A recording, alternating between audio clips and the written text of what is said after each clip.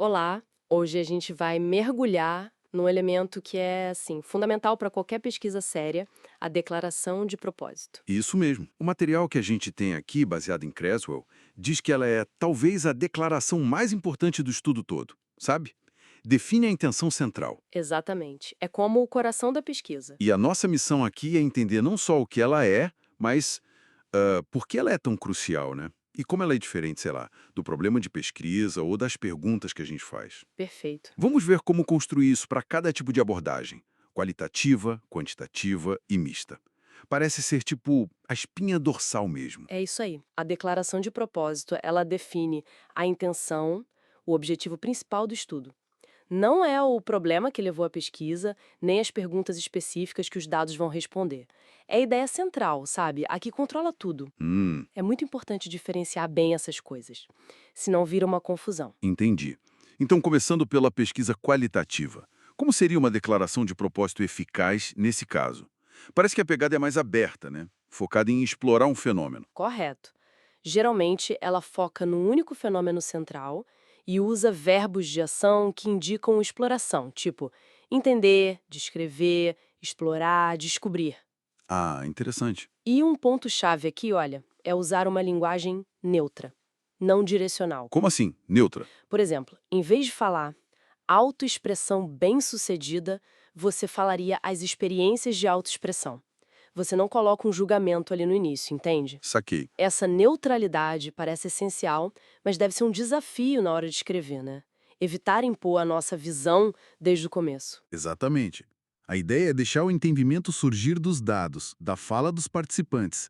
Além dessa neutralidade, a declaração geralmente define de forma geral o fenômeno, menciona quem são os participantes, onde a pesquisa vai acontecer, Uhum. e às vezes até delimita um pouco o escopo, para não ficar amplo demais. Tem exemplos ótimos, como o estudo da Lauterbach sobre mães que perderam bebês, ou do Holtz sobre o clima na universidade para estudantes gays. Eles mostram bem essa exploração focada, mas aberta. Certo. Agora, mudando o foco para a pesquisa quantitativa, aí o cenário muda bastante, né? O foco parece ser bem mais estruturado, variáveis, relações. Sim, completamente. A linguagem reflete isso. Você identifica claramente as variáveis, independentes, dependentes, mediadoras, de controle, enfim.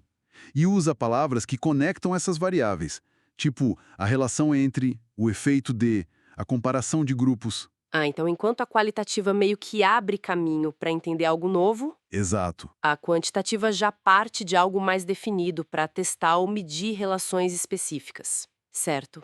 Perfeito. Geralmente você menciona a teoria, que está sendo testada, ou o modelo. Indica a estratégia de investigação, se é um survey, um experimento. Hum. A estrutura é bem mais definida desde o início. A ideia é testar hipóteses que vêm de uma teoria, examinar como as variáveis se relacionam ou comparar grupos. Tem exemplos disso também? Sim, claro. O estudo da Kaloff sobre atitudes e vitimização sexual, que usou um survey. Ou o da Booth-Keeley, que comparou respostas a questionários em computador versus papel, num experimento. São exemplos claros dessa abordagem mais direcionada, mas, vamos dizer, preditiva. Entendi. E quando a gente junta as duas coisas, como fica a declaração de propósito nos métodos mistos? Bom, aí a declaração precisa ser ainda mais completa, né? Ela tem que incluir a intenção geral do estudo, claro, mas também o tipo específico de desenho de métodos mistos que vai ser usado. Tipo, convergente, explanatório. Isso, convergente, explanatório sequencial, exploratório sequencial. E o mais importante, a justificativa para combinar os dados quantitativos e qualitativos. Ah, justificativa é chave, então. É fundamental. Por que misturar? Essa é a pergunta que a declaração tem que responder. Qual o valor agregado de usar os dois tipos de dados? E quais seriam as razões assim mais comuns para fazer essa combinação? Depende muito do desenho escolhido, tá?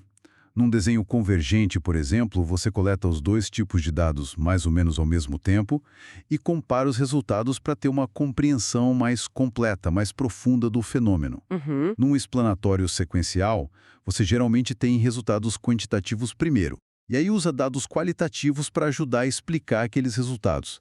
Tipo, por que deu aquele número? A parte quali ajuda a entender. Entendi. E o exploratório? No exploratório sequencial, geralmente a fase qualitativa vem primeiro. Você explora um tema para, por exemplo, desenvolver um instrumento, um questionário, que depois vai ser testado quantitativamente com uma amostra maior. Faz sentido. Os estudos que o Kreso cita, como o da Klassen sobre segurança de motoristas idosos, que é explanatório, ou o da Ivankova e Stick sobre persistência em doutorado online, que é exploratório, ou de Myers e Odzel desenvolvendo um índice de assimilação organizacional, também exploratório, eles mostram bem como essa justificativa e o tipo de desenho moldam a declaração e o estudo todo. Fica bem claro, então, que não importa a abordagem qualitativa, quantitativa ou mista, essa declaração de propósito não é só uma formalidade, ela realmente funciona como a bússola do estudo. Sem dúvida nenhuma, é o que ancora tudo. Se a gente pensar no quadro geral, uma declaração de propósito bem feita garante que tudo que vem depois, a pergunta, os métodos, a análise, as conclusões, estejam alinhados. É o que dá coerência, né? Exato. É a base que sustenta o rigor da pesquisa.